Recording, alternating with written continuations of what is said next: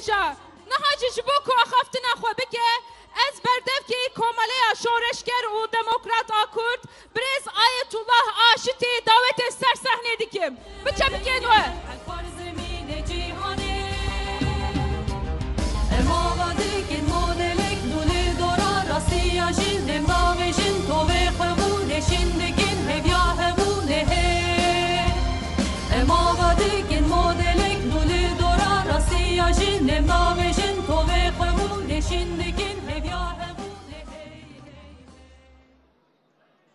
بسم الله الرحمن الرحيم. ولقد بعثنا في كل أمة رسولا أن اعبدوا الله واجتنبوا الطاغوت. صدق الله العظيم. سورة نحل آية 36. السرناوي بارتيا آزادي دبيجم ونحمو بخير وخشيهات سرسراهات سرچاوات.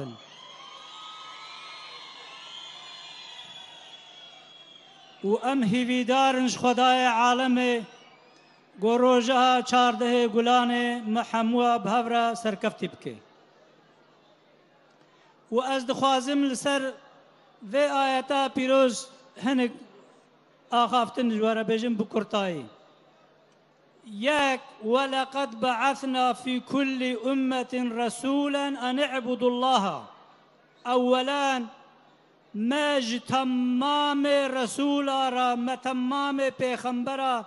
تمام نبیا تمام رسولا شیاند نجبو گو عبادت بس جبو خدا بکرن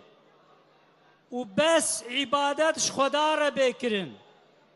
او کسی گو عبادت خوا جبون سروک و رهبرنا بکن و یا شیخنا مشایخنا بکن اوانا ایمان بخوده نانینا هاکذا او کسی گو ریاکاریه دی عبادتا خود بکن و یا جبو گو تشتنا بدست خن مقامنا شاننا شهرتنا تشتنا بدست خن او جیوا کسا ایمان بخدای عالم نانیا آد دعا آهری مهم آهری پیروز علامت ایمان آنین چیا او انسان باورمند منع خوش ظالمه و ظلمه بکن وکه ایرو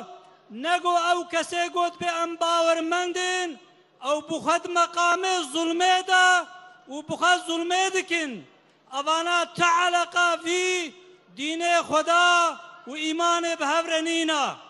اوانا بشتغالیا هرمام طوره دبه دینه بخود استه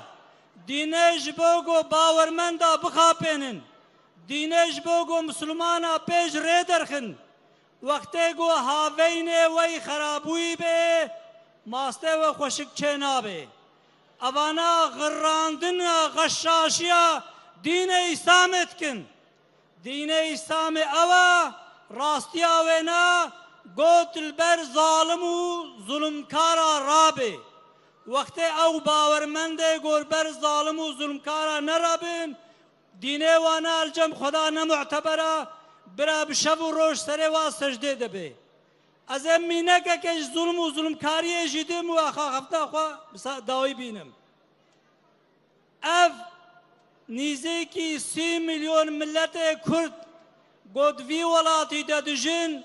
و به هفر اف دولتا هانا آوا کرنا بس پروردا وانا بزمانه بیانی تکرین نه بزمانه وای فطری گو کردی تکرین یعنی قدخه کرنا پرورده یا بزمانه کردی ماقی نه ظلمه وقتی گو پوزه مجوینا نشمته ام وی ظلم نبینین معنا وینا که دمکی تو دنیا ده ظلم نمایا امانت خدا بین بمنت خیر و خوشیه دا بهیویا سرکفتنا 14 گلانه ام gelek spas diken brez ayetullah aşitire. Belim ana hacı